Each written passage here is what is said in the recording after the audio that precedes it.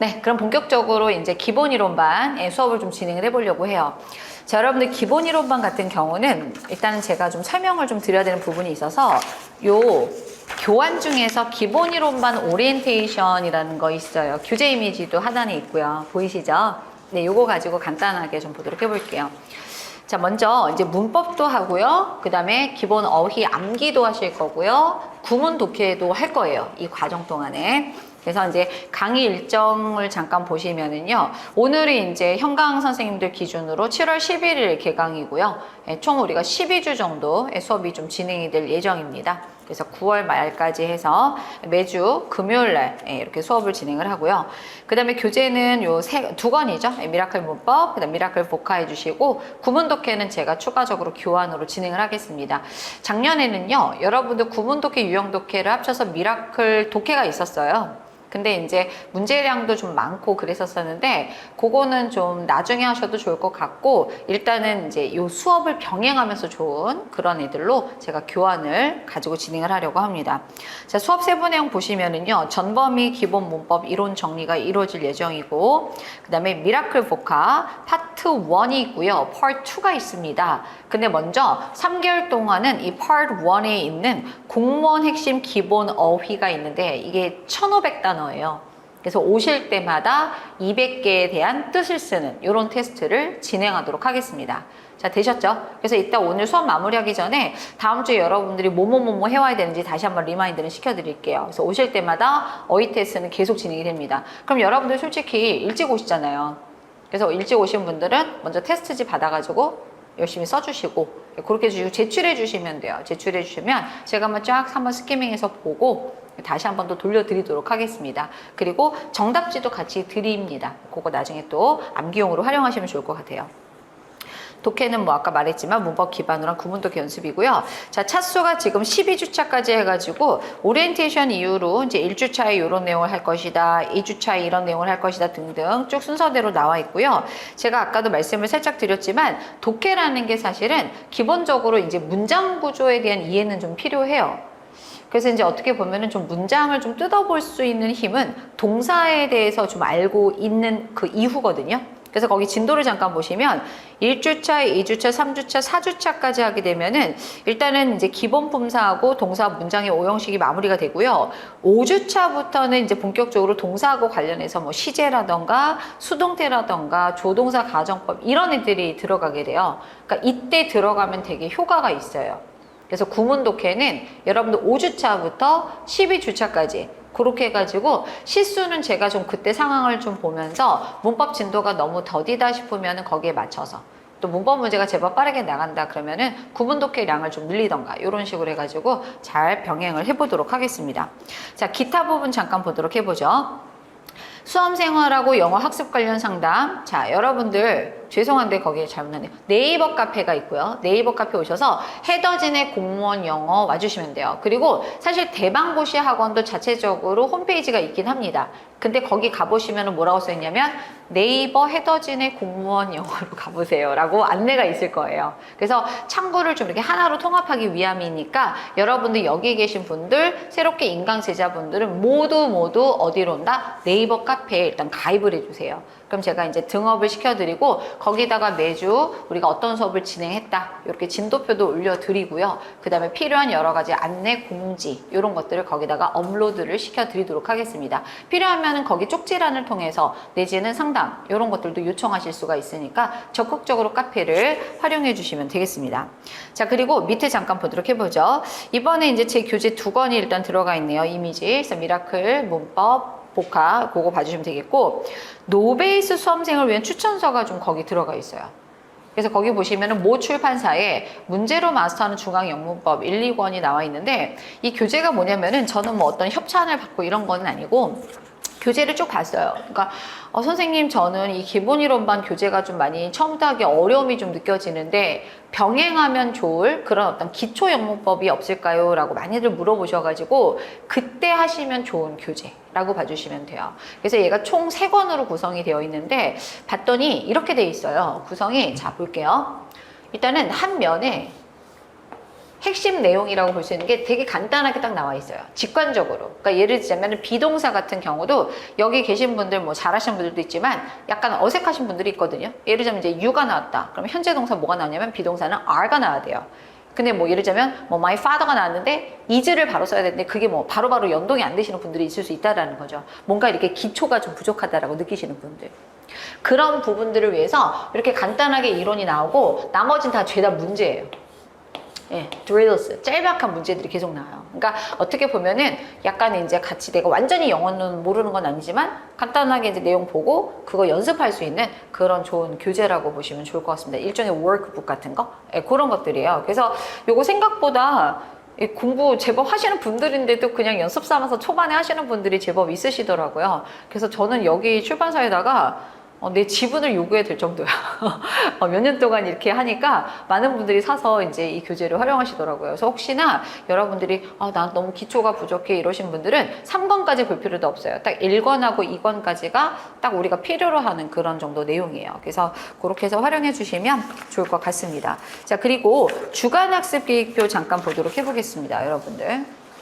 활용법을 좀 알려드릴 건데 여러분들 이제 오늘 금요일이고요. 다음 주 이제 목요일까지 해서 일주일치 학습 계획표라고 봐주시면 되는데 여러분 빈칸이 되게 많죠. 우리가 일주일에 한 번만 나거든요. 그러니까 이런 것들은 파일 같은 거에다 껴가지고 이렇게 다니시면서 여러분들이 필요하면은 나머지 부분에다가 그 해당 요일에 해당 과목들을 일단 써주시고 그쵸? 그 다음에 여러분들이 나머지 빈칸을 나름대로 이런 한국사를 배웠다 무슨 요일에 그러면은 수요일인가요, 여러분들?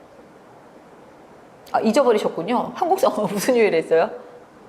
목요일. 오케이. 그럼 목요일에 한국사 써놓으시고 그 뭐 시간에 저녁 때는 뭐 한국사 복습 이렇게 쓴다던가 해서 그런 식으로 여러분들이 나머지 공란을 좀 활용해 주시면 좋을 것 같아요. 근데 영어에 대해서 잠깐 말씀을 좀 드리면 자 보세요.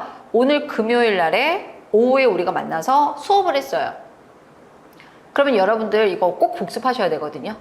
그래서 거기 보면은 제가 임의로 썼어요. 그래 19시부터 저녁을 드신 다음부터는 어느 정도 일정 시간 복습을 해보세요. 이렇게 넣어드렸어요. 그런 다음에 복습 한 번 하고 끝나느냐? 사실은 여러분들 그거 다 한 번 한다고 되지는 않아요. 그래서 예를 들자면 주말쯤에 여러분들이 또 이렇게 차분하게 정리하는 시간이 있으실 수 있잖아요. 그러면 예를 들어서 일요일, 저는 일요일을 꼽았는데 일요일날 저녁에 보면 또 복습 칸이 있어요.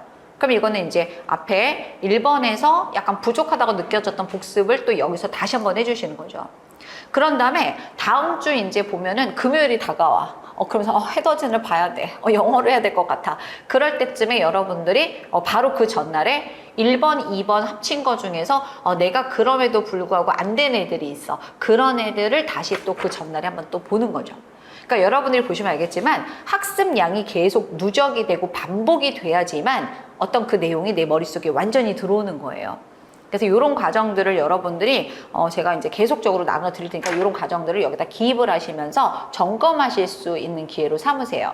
그리고 여러분들을 위해서 거기 체크리스트 밑에 하단에 보시면은 필수 개념 정리 구간하고 암기 구간까지를 나눠 드렸어요. 그래서 보시면 개념 정리는 이렇게 생각하시면 돼요. 딱 읽은 다음에 완벽하게 난 이걸 가르칠 정도로 이해가 됐어. 그걸 바라는 게 아니라 그냥 그 개념을 제가 설명드린 거에 대해서 이해가 되네. 이 정도로 복습을 해주시는 거죠. 대신에 암기 구간은 제가 페이지까지 정리해드린 거 보이시죠? 이거는 어떻게 해야 된다? 무조건 사소하고 외우셔야 돼요.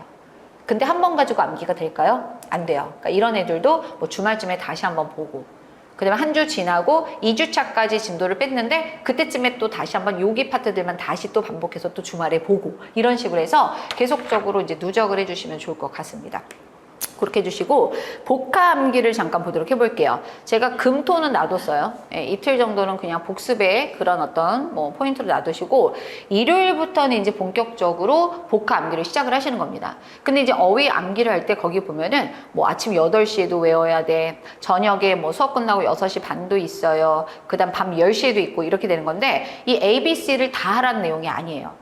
그러니까 만약에 여러분들이 오전, 저녁, 밤 이렇게 세션이 3개가 있다라고 하면은 이 중에서 선생님 저는요 딱 요때 시간에 외우면 좋을 것 같아요. 한 세션 정도만 여러분들이 투자하시면 좋겠다. 저는 그런 생각을 해요. 그래서 제가 이제 ABC로 나눠서 보내드린 건데 이 중에서 한 곳을 정해서 암기를 해주시되 중요한 거는 이런 분들이 있어요. 처음에 이제 1500단어 요거 하루 1년 이제 일주일에 200개씩 외우다 보니까 선생님 저는 이거 되게 쉽게 금방금방 외워서 이렇게 계속 어휘를 암기할 필요가 없어요. 이렇게 생각하실 수가 있거든요.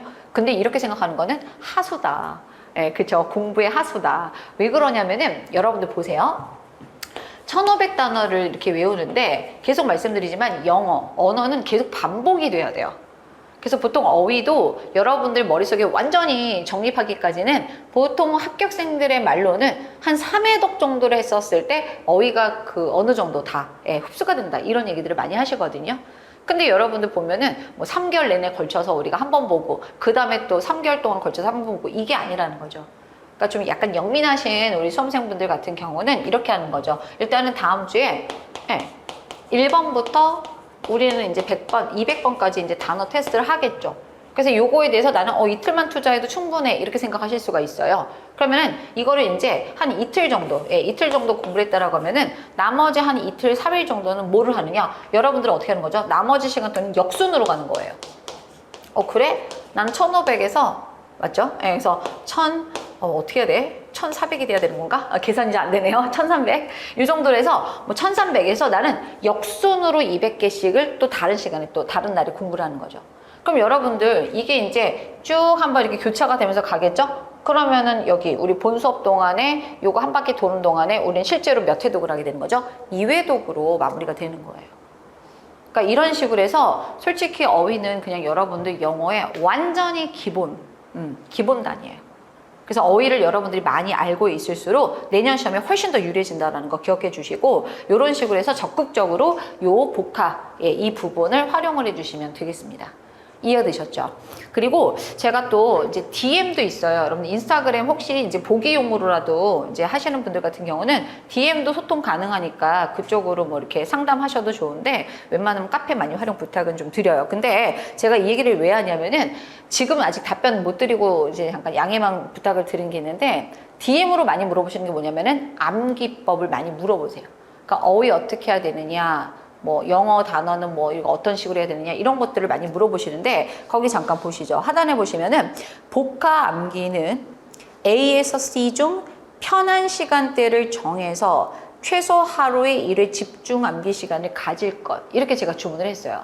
그러니까 무슨 뜻이냐면 선생님 저는요 이렇게 왔다 갔다 하는 그런 커뮤팅 하는 그런 시간을 활용하고 싶어요.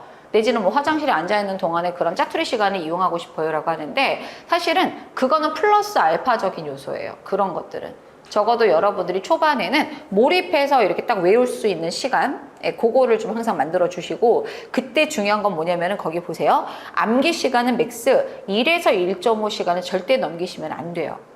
야호 그러면 선생님 저는 조금만 하라는 거죠. 그게 아니라 본인이 만약에 1시간을 투자를 했어요. 그랬는데 암기가 좀 되게 더디고 안 돼. 그러면은 좀 텀을 가지고 저녁 세션에 또 한 번 그거를 더하는 거죠. 그러니까 제가 말하는 건 뭐냐면 붙여서 1.5시간을 암기를 하지는 말란 얘기예요. 너무 긴 시간을. 왜냐면은 이게 어느 정도 뇌라는 것이 반응 속도가 되게 더뎌지면서 그 일정 시간 이상 더 들어가는 내용들 그것들이 인풋이 안 되고 그냥 밖으로 빠져나가는 경우들이 많대요. 뇌 과학상. 그래서 여러분들이 그런 식으로 이제 요령을 좀 가지고 이거는 뭐 개인 차이는 있을 수 있지만 요런 패턴으로 해주시면 좋겠다. 이렇게 말씀을 좀 드립니다. 자, 이렇게 해서 이제 주간학습별 계획 이런 것까지 이제 활용법까지 말씀드렸으니까 이 정도로 진짜로 다 끝내고 본격적으로 한번 교재 내용을 들어가 보도록 해보겠습니다.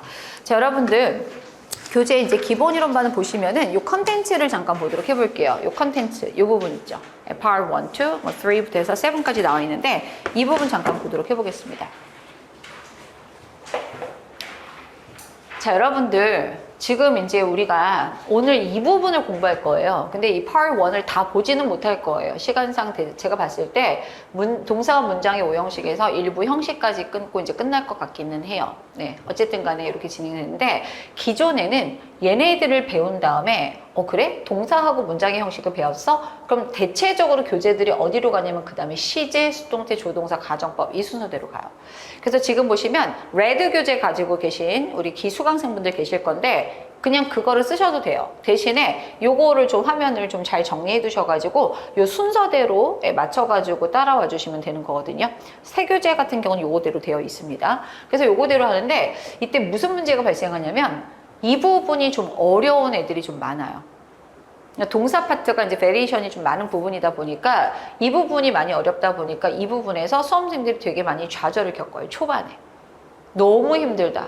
영어 하기 싫다. 그러다 보니까 나중에는 공무원 시험 나는 별로 보고 싶지가 않다. 그러니까 포기자가 좀 발생을 하게 되더라고요. 그래서 이번에 좀 출제 경향도 반영을 했고, 그 다음에 제가 또 곰곰이 여러 가지 고민을 한 결과 이번에는 좀 순서를 좀 과감하게 바꿔보자.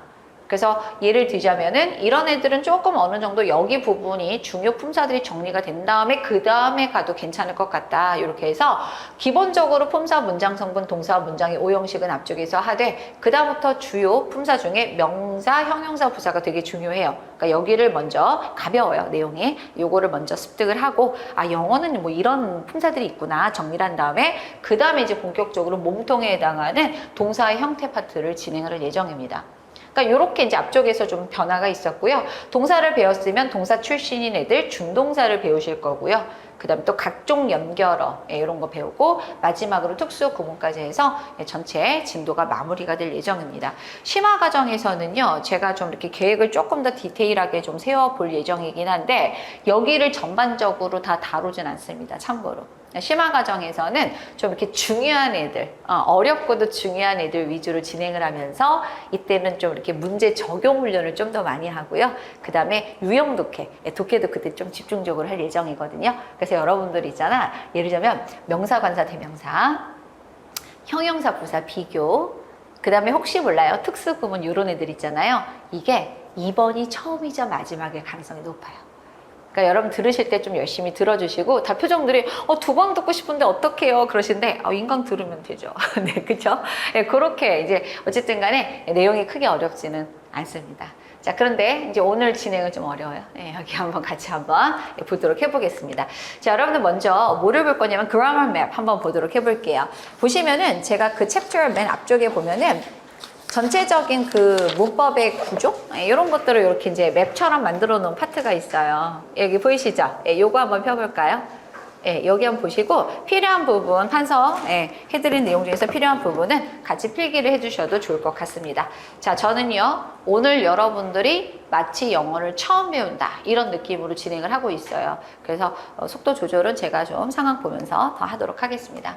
그리고 품사 문장 성분 하게 되면은 보통 이런 분들이 계세요.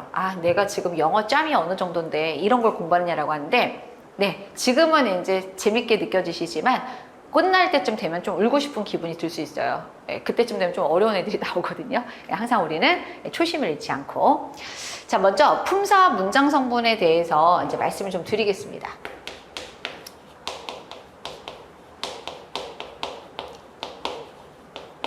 여러분들, 품사는 뭐냐면요. 얘네들이 보시면 알겠지만 동사, 명사. 일단은 이제 우리말로 번역했을 때 사자로 끝나는 애들이에요. 근데 이제 조금 더 구체적으로 의미를 부여한다라고 하면은 영어 단어 하나가 가지고 있는 뜻이 있을 거고 그 하나의 단어가 가지고 있는 기능, 이름값이라고 봐주시면 되겠습니다. 그래서 여러분들 이제 일단은 굉장히 중요한 품사 중에 하나가 동사라는 애가 있어요. 여러분들 그 맵을 보시면서 그냥 같이 보시면 돼요. 동사인데 동사라고 하는 것은 이런 애들입니다. 동작이나 상태를 나타내는 말. 그래서 예를 들자면 이런 거 있죠. go, 가다. 그렇죠? study, 공부하다. 뭐 이런 거. 이런 애들을 이제 우리가 일컬어서 동사라고 하는 거예요. 근데 명사라고 하면은 어떤 애들이냐면 이 세상에 존재하는 모든 대상들의 이름이라고 봐주시면 됩니다. 그래서 저는 header. 됐죠? 여기가 class, 그쵸?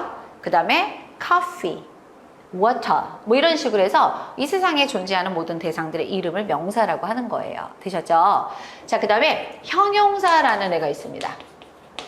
형용사는 어떤 애들이냐면 이런 애들이에요. 자, 이것도 단어 하나인데 이 세상에 존재하는 대상이 누구라고 하였죠? 명사인데 그 명사의 성질이나 상태를 말하는 표현이에요.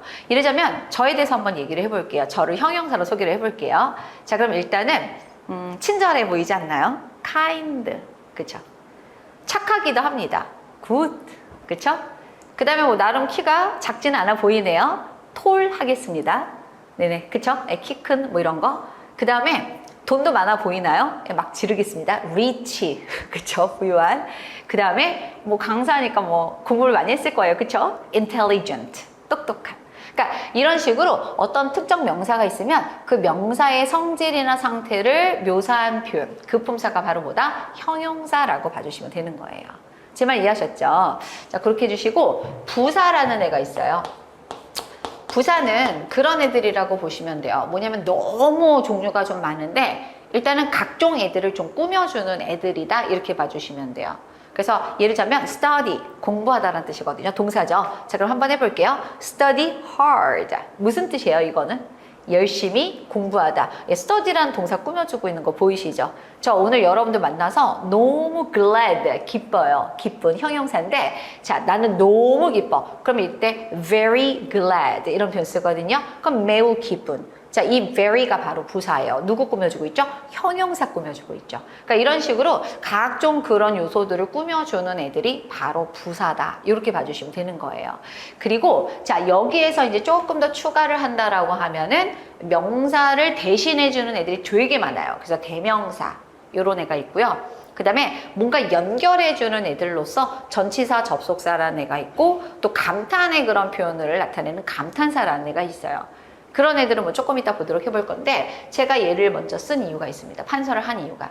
그래서 주요 사품사라고 하면 보통 동사를 비롯해서 명형부, 첫 글자만 읽어볼게요. 명형부, 얘네들을 우리가 주요 사품사라고 합니다. 근데 이제 동사는 여러분들 영어에서는 특징이 하나 있어요. 우리말에서는 용언이 맨 마지막에 붙거든요. 문장에서 뭐뭐다 이런 식으로 끝에 붙는데 영어는 동사 서술어 부분이 굳이 말하자면 센터라고 생각하시면 편안할 것 같아요. 그러니까 꼭 그게 정가운데는 아니지만 어쨌든 이제 중간쯤에 있어요. 마지막에 없고. 그래서 어쨌든 그런 역할을 하는 게 동사고 얘 빼고 나머지 또 제가 특별히 이 명사, 형용사, 부사를 일컬어서 주요 삼품사라고 합니다. 그래서 앞으로 여러분들에게 질문을 가끔 던져요. 여러분들 자 주요 3의 원칙 누구 하면 첫 글자만 불러서 명, 형, 부 이렇게 같이 외쳐주시면 되겠습니다. 이해가 되셨죠? 그래서 이렇게 해서 이제 우리가 품사에 대해서 얘기를 했어요. 자, 그러면 이제 문장 성분은 뭐냐? 문장 성분은요, 자, 보세요. 단어가 하나일 수도 있어요. 하나일 수도 있지만, 하나 플러스 알파가 될 수도 있습니다.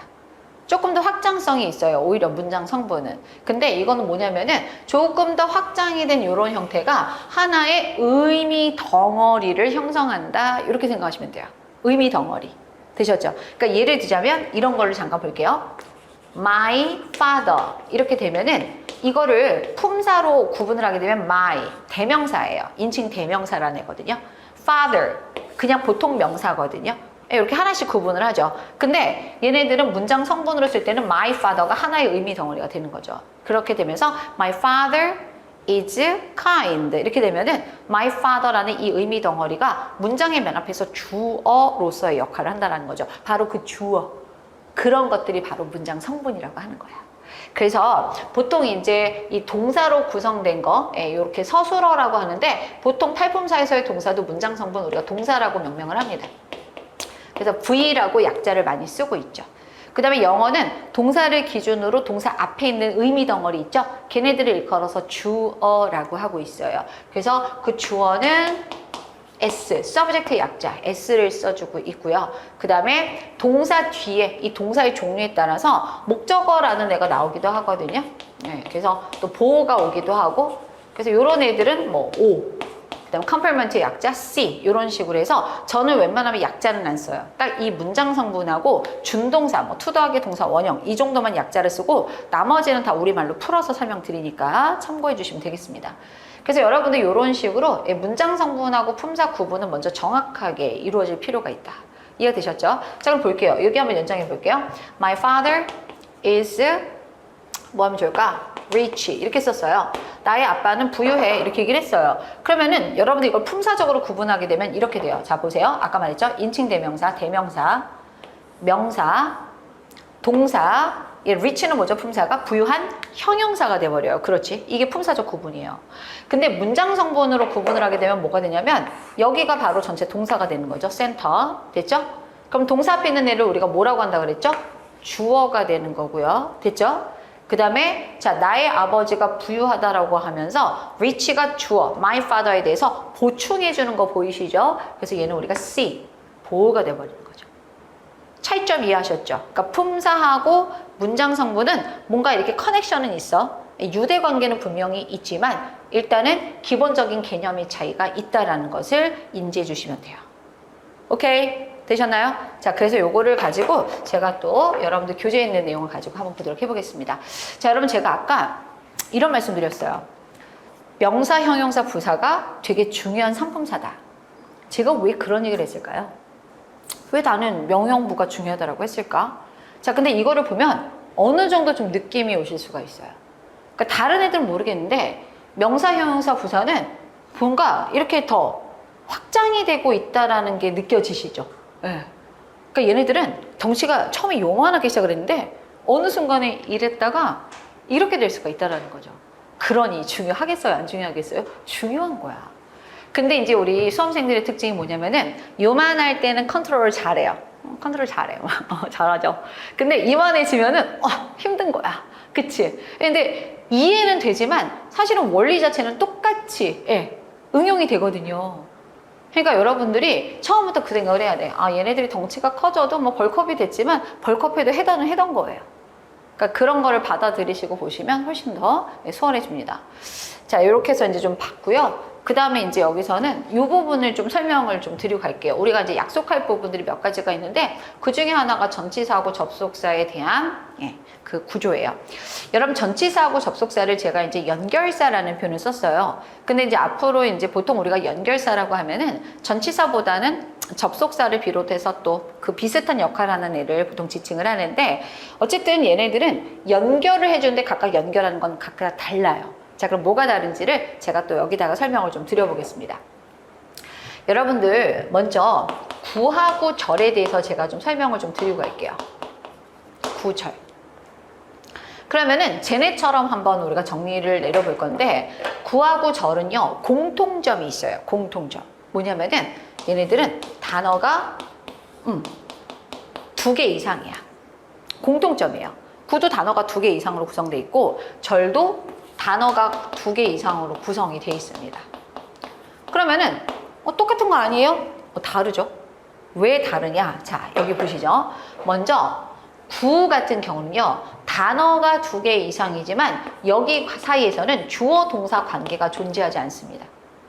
그러니까 여러분들이 그래서 동사가 어떤 애들인지 정도는 알고 계셔야 된다는 거예요. 예를 들면 이런 거 있죠. He comes. 이거는 he가 주어고 comes가 동사거든요. 그런 애들은 구라고 말하면 안 되는 거야.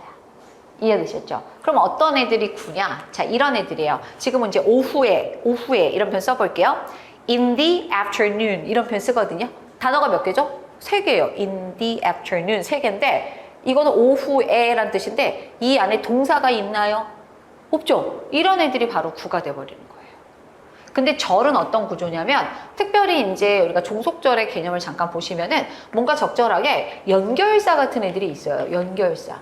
그러니까 뭐 대표적으로 뭐 대시라던가 뭐 모모라면 뭐 if라던가 뭐뭐 하기 때문에 뭐 because 뭐 이런 애들 있잖아요. 뭐 그런 연결사가 있는 다음에 여기 보세요. 주어하고 동사가 들어가는 거야. 오케이? 그래서 딱 봤을 때 동사가 딱 있어. 그러면은 이거는 우리가 뭐라고 본다? 이건 절의 개념으로 본다라는 거죠. 자, 그럼 볼게요. 지금 연결사 중에서 전치사가 나왔는데 자, 그럼 볼게요. 전치사라는 애들은 이거 오늘 처음이니까 말하는 거예요. 이런 거 있죠. 뭐뭐로부터 from, 누구누구에게 to, at, in, against 이런 애들 있죠. 그런 애들이 전치사예요. 근데 전치사는 누구를 연결해 주냐면 명사를 연결합니다. 그러니까 이 전치사의 역할은 뭐다? 앞구조에다가 명사를 연결할 때 중간에 전치사를 넣어주는 거죠. 그래서 여러분들 이거는 우리가 장차 뭐라고 할 거냐면 전치사 더하기 명사로 이루어진 어구 표현이다 라는 표현으로 우리는 전명구라는 말을 앞으로 쓸 예정입니다. 이건 우리 약속하고 가도록 해요. 그러니까 전치사 더하기 명사로 이루어진 어구다. 전명구. 되셨죠? 자, 근데 여러분들 여기서 다시 한번 여쭤볼게요. 자, 주요 상품사 첫 글자만 시작. 명, 형, 부. 좋습니다. 근데 전명구가 딱 봐도 얘네들이 명사인 거는 아니겠네요. 그쵸? 예, 전치사가 딸려 있으니까. 근데 얘네들이 장차 어떤 역할을 많이 하냐면 부사로서의 역할을 정말 많이 하고요. 가끔씩은 아주 드물게는 형용사로서의 역할도 합니다. 요거는 나중에 한번 살펴볼게요. 자, 그렇게 해주시고, 자, 그 다음에 접속사 같은 경우는 누구를 연결하느냐? 예, 접속사가 바로 이 연결사거든요. 그러니까 뒤에는 뭐가 나올까? 예, 주어, 동사 이런 애들이 나오게 되는 거죠. 그래서 여러분들이 중요한 건 뭐냐면, 전치사 뒤에는 명사나 명사 비슷한 애들, 접속사 뒤에는 누가 나온다? 주어, 동사 이런 애들이 나온다. 이렇게 이해를 해주시면 되겠습니다. 여기까지 정리가 되셨죠? 네. 자, 그러면은 이제 품사에 대해서는 우리가 알겠어요. 그래서 교재를 살짝 들여다 볼 건데요. 16페이지 잠깐 보시죠.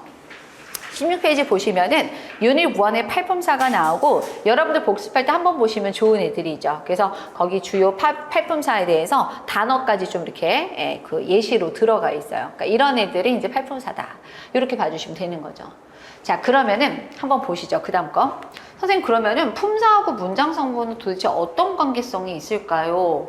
그쵸. 관계성이 있으니까 이제 같이 다루는 건데 이렇게 보시면 돼요. 자, 볼게요. 먼저 품사로서의 동사는 문장 성분으로서도 동사의 역할을 해요. 보통 우리가 서술어라고 하는데 그냥 뭐 일반적으로 같이 V, 동사라고 쓰고 있고요. 그 다음 보세요. 명사는 어떤 역할을 하냐면요. 자, 이렇게 생각하시면 돼요. 명사는 여기 연결해 드릴게요. 사랑의 짝대기인데 네, 이렇게 돼요. 카사노바인가? 여러 사람 저는 거니까. 네, 그쵸. 근데 어쨌든 간에 명사는 이렇게 세 가지 역할을 다 할 수가 있어요. 그래서 제가 이거 주어, 목적어, 보를 이렇게 표현해요. 주목, 보. 유치하지만 이렇게 외워지는 거죠. 됐죠? 그럼 명사가 문장에서는 어떤 역할을 한다? 주어, 목적어, 보어. 되셨죠? 그래서 여기 한번 해볼게요. 자, 주어, 명사죠. 보어, 명사가 그 역할을 해주죠. 목적어, 그 역할을 해주죠. 되셨죠? 자, 그렇게 해주시면 되겠고, 자, 형용사가 하는 역할은 여러분들 제가 별도로 또 말씀드릴게요. 형용사는 이쪽에다 써보겠습니다. 첫 번째는 뭐냐면은 여기 보신 것처럼 보호 노릇을 해요. 그러니까 우리는 여기서 그걸 알 수 있어. 보충해주는 역할을 하는 거는 품사적으로는 명사도 가능하고 또 누구도 가능하다? 형용사도 가능하구나. 제가 간단한 예를 들어드릴게요. 자, 저에 대해서 보충하는 표현이 뭔지 볼게요. I am a teacher. 나 선생이야.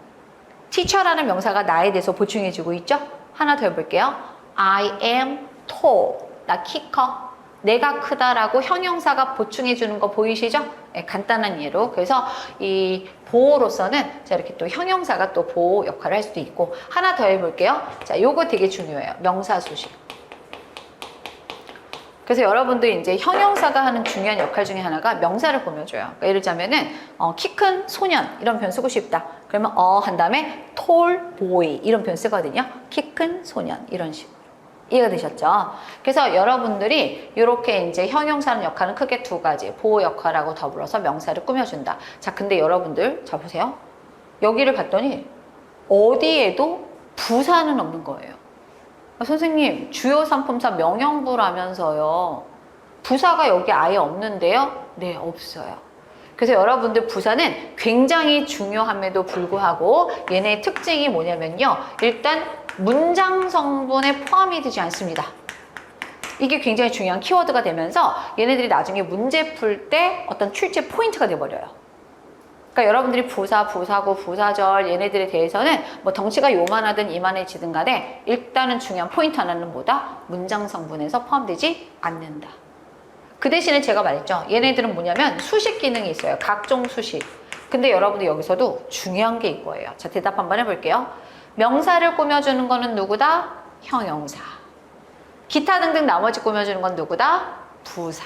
이걸 받아들이셔야 됩니다. 그래서 여러분들이 아직까지는 영어 단어 하나하나에 대해서 구체적으로 분석은 좀 어려울 수 있으나 이 전반적인 개념을 이해하는 것이 굉장히 처음에 중요합니다. 그래서 제가 그 다음 주 보시면 새롭게 신규로 오시는 분들이 있을 수 있거든요. 그리고 또 중간에 오시는 분들도 있어요. 각자 이제 생업에 또 종사하시고 이러다가 오시는 경우들이 있는데 그때 제가 항상 주문하는 게 뭐냐면 첫 강의는 꼭 들으세요라고 말씀을 드려요. 첫날 강의는. 그러니까 이게 바로 되게 중요해요. 앞으로 저랑 이제 호흡을 맞춰갈 때. 근데 이런 부분들이 없잖아. 그러면 이제 이 부분에 대해서 자신만의 어떤 그런 불완전한 지식을 가지고 활용하다 보면 나중에 제가 이제 문제 해설하고 이런 과정 속에서 자꾸 이제 뭔가 충돌이 생기는 거예요. 부족하고. 이해되셨죠? 그러니까 요 개념 자체를 먼저 이해하세요. 이거를 단어 하나하나에 문장에 적용하는 건 나중에 해도 돼. 그건 나중에 해도 좋으니까 일단 요 개념을 확실하게 정리해 주시는 게 되게 중요합니다. 그래서 이 부분에 대한 내용이 거기 보시면 17페이지까지 상단에 유닛 2까지가 연결이 된 거예요. 그 다음에 3 보시면 구화절이 나왔거든요. 근데 여러분들 구화절은요, 지금 우리가 할 필요가 없어요. 이거는 되게 중요한 어려운 내용들이 뒤에 있는 거를 좀 앞에다 끌어서 좀 국끼리 모아놓고 절끼리 모아놓은 거라서 이 부분은 기본 이론반에 해당 사항이 없습니다. 너무 고맙죠? 네, 그래서 다 넘기실게요. 다 넘기시고 그 대신에 어디를 조금 볼 거냐면은 20페이지 잠깐 보실게요. 20페이지 잠깐 보면은 문장의 종류가 좀 나오거든요. 이 부분 좀 같이 한번 보도록 해볼게요. 이것도 여러분들 진짜 기본 이론반이니까 첫날이니까 하는 거예요. 심화 과정 가면 얄짤없어요. 이런 거 하나도 안 해요. 네네. 자, 같이 한번 보시죠. 여러분들 영어 문장을 이제 구분을 하자면 일단 평서문이라는 게 있어요. 근데 제가 강조하는 게 뭐냐면 동사가 끝에 나오지 않는다라는 거. 영어는 항상 이제 가운데에 있어요. 그래서 이 동사를 가운데에 두고 동사 앞에 있는 여기 의미 덩어리를 주어라고 하고 동사 뒤에 딸려 있는 애들을 뭐 얘네들은 이제 동사의 종류에 따라서 목적어, 뭐 보어 이런 식으로 지칭을 해줘요. 그래서 예문을 잠깐 보시면은 한번 여쭤볼게요. 이 정도는 좀 우리가 확인이 되면 좋을 것 같은데 여기 동사가 덩어리로 들어가 있거든요. 동사가 약간 좀 이렇게 덩어리로 들어가 있어. 동사가 어디부터 어디까지일까요? 한번 읽어볼까? 시작. Can read and write. 좋아요. 여기가 동사예요. 그래서 she can read and write Spanish well 하면은 그녀는 스페인어를 잘 읽고 쓸 수 있다. 이 정도 의미가 되는 거죠. 이런 문장을 평서문이라고 해요. 그래서 평서문에는 이렇게 긍정문.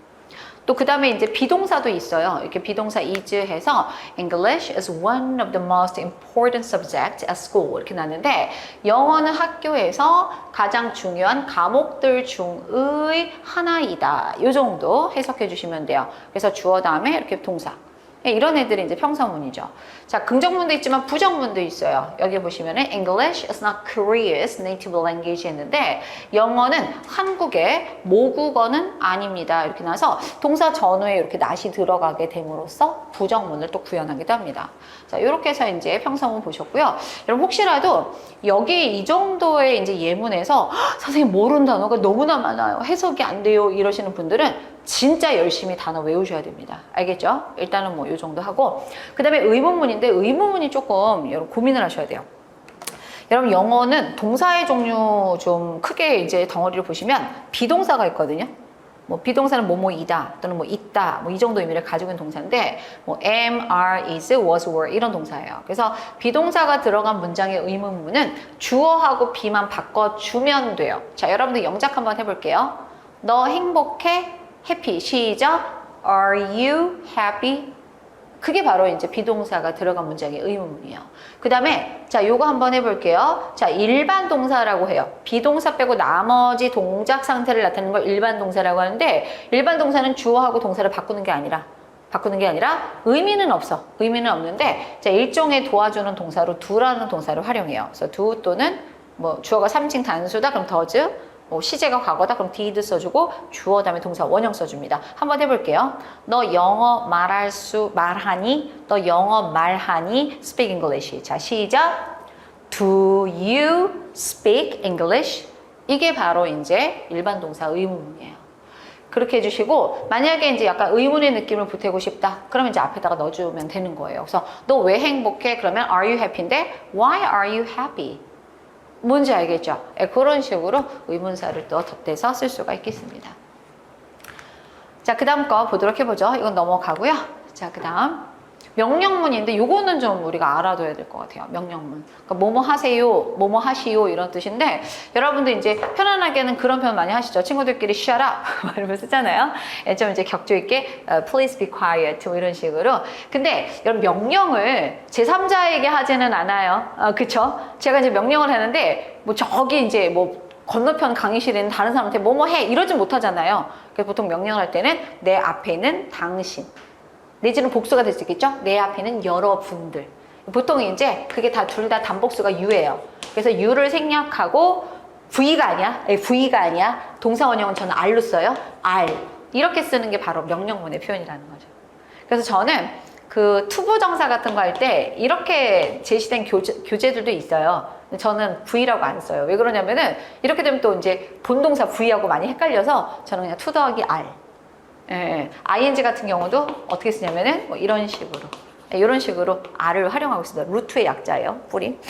자, 이렇게 해주시고, 그래서 어쨌든 동사 원형으로 써주는 이 문장, 요것도 우리가 완전한 절로 보는데 이것도 명령문이라고 합니다. 그래서 여러분들이 잠깐 예문 보시면은 be quiet라던가 조용히 해주세요. Let me tell you, 너에게 말할게, 뭐 이런 뜻으로 해석해 주시면 되는데 let 동사 원형이에요. 그 다음에 부정명령문이라고 해서 하지 마세요라고 할 때는 이렇게 don't 정도를 동사 원형 앞에 붙여주시면 돼요.